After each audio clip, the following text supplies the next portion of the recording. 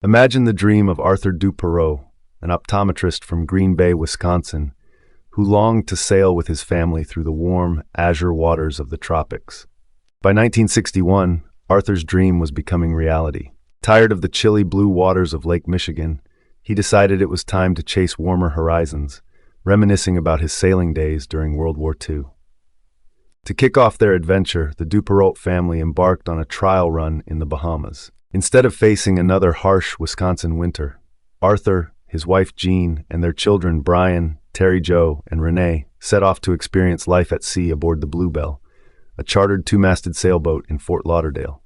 Their captain, Julian Harvey, a former Air Force pilot turned seasoned sailor, who would navigate them through the sparkling seas. Joining them was his wife Dene, ready for an unforgettable tropical cruise. This was the beginning of an adventure that would soon turn into a tale of survival and tragedy. On the morning of Wednesday, November 8, 1961, the Duperraults eagerly boarded the Bluebelle to begin their long-awaited voyage. Captain Harvey skillfully maneuvered the boat away from the dock, the ship's Chrysler engine softly rumbling as wisps of exhaust trailed from the stern. As the sails caught the wind, the Bluebelle seemed to soar gracefully over the dark harbor waters, transitioning into the green expanse of the open sea and finally into the deep blue of the Gulf Stream, the expansive current flowing between Florida and the Bahamas. Ahead on the horizon, the 700 islands of the Bahamas archipelago shimmered under the vast expanse of sun-drenched seas, embodying the promise of adventure that Arthur Duperrault had dreamed of for his family. Over the next 4 days, Captain Harvey guided the Bluebelle eastward, first to the tiny island chain of Bimini, then onward to Sandy Point on the southwestern tip of Great Abaco Island. The family spent the week snorkeling and combing the pristine white and pink beaches for shells, savoring every moment of their tropical escapade. In the early hours of Sunday, Duperrault and the Harveys finalized departure paperwork with Sandy Point Village Commissioner Roderick W. Pinder. "This has been a once-in-a-lifetime vacation," Duperrault remarked to Pinder. "We'll be back before Christmas." Later that evening, Dene prepared a dinner of chicken cacciatore and salad, a meal that would tragically become the last served aboard the Bluebelle. Around 9 p.m., Terry Jo retired to her sleeping quarters below deck, typically shared with her sister Renee. However, Renee stayed on deck with their parents and brother that night. In the dead of night, Terry Jo was jolted awake by her brother's frantic cries for help. She heard hurried footsteps and then an eerie silence. Trembling and terrified, Terry Jo remained in her cabin for several minutes before venturing out. What she found was horrifying. Her mother and brother lay lifeless in a pool of blood in the main cabin, which doubled as a kitchen and dining area by day and a sleeping space by night. In an instant, Terry Jo realized the unimaginable had happened. Slowly, Terry Jo emerged from below deck and saw blood in the cockpit along with a possible knife.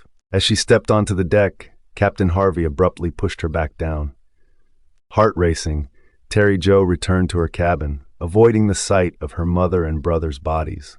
Soon, water began seeping in, and she heard Captain Harvey's heavy breathing in the doorway, possibly holding her brother's rifle. With the water rising, Terry Jo ventured back upstairs, spotting the dinghy and life raft floating nearby.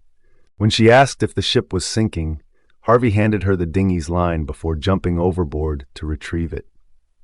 Remembering a cork life float, Terry Jo untied it just as the ship sank beneath her feet. She climbed onto the float, which momentarily snagged on the sinking ship before breaking free. Alone and chilled in the dark, Terry Jo shivered on the float, haunted by one question: where is my father?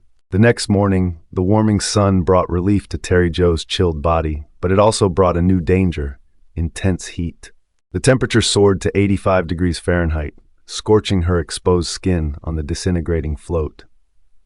Despite the rising heat, Terry Jo felt neither hunger nor thirst. Her tongue grew dry and her throat parched. On Tuesday, a small red plane appeared overhead. She waved her blouse at it eagerly, hoping for rescue. The plane circled closer but passed overhead without spotting her, leaving her heart sinking with disappointment. The odds of being noticed by passing ships or planes were slim. Terry Jo's white float, blouse, and blonde hair blended with the sea's white caps, making her nearly indistinguishable from the ocean's surface. She floated in the northwest Providence Channel, destined to drift northward with the Gulf Stream towards the British Isles. Later that afternoon, Terry Jo spotted ghostly shapes beneath the water's surface. Porpoises. Their presence comforted her, and she whispered a prayer of gratitude to God as they lingered nearby for hours, their whooshing breaths providing solace amidst the vastness of the sea. As the piercing sun broke through the clouds in the late afternoon, Terry Jo splashed water over her scorched skin, feeling the vast distance from the cool forests of Wisconsin and the waters of Green Bay. The sun sank below the horizon, ushering in another night of uncertainty.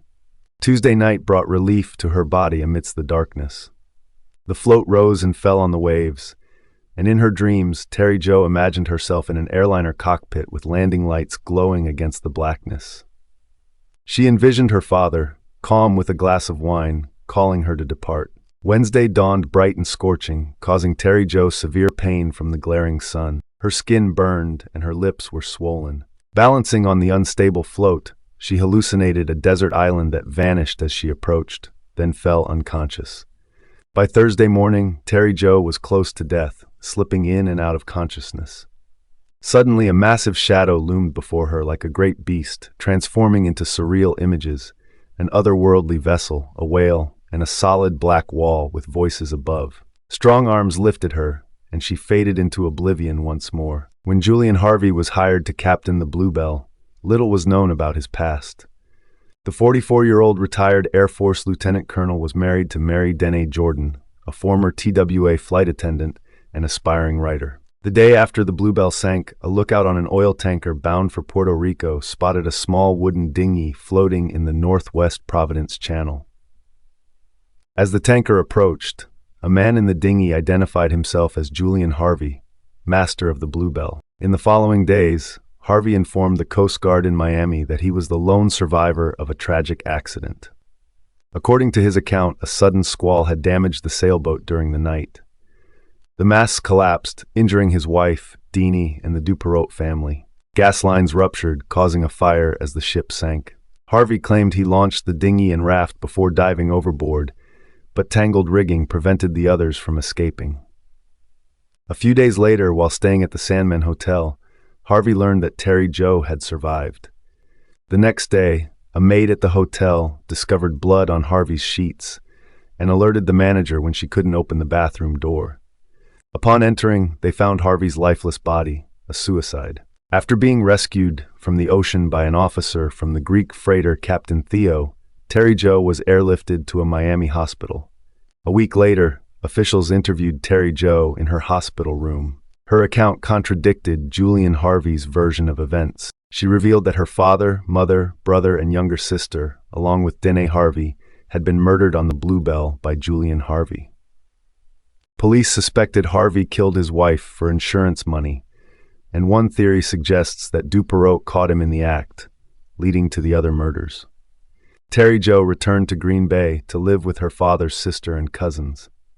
At the age of 12, she changed her name to Terry. Nearly 50 years later, in 2010, Terry shared the details of that tragic night and her days adrift in the ocean in her memoir, Alone, Orphaned on the Ocean.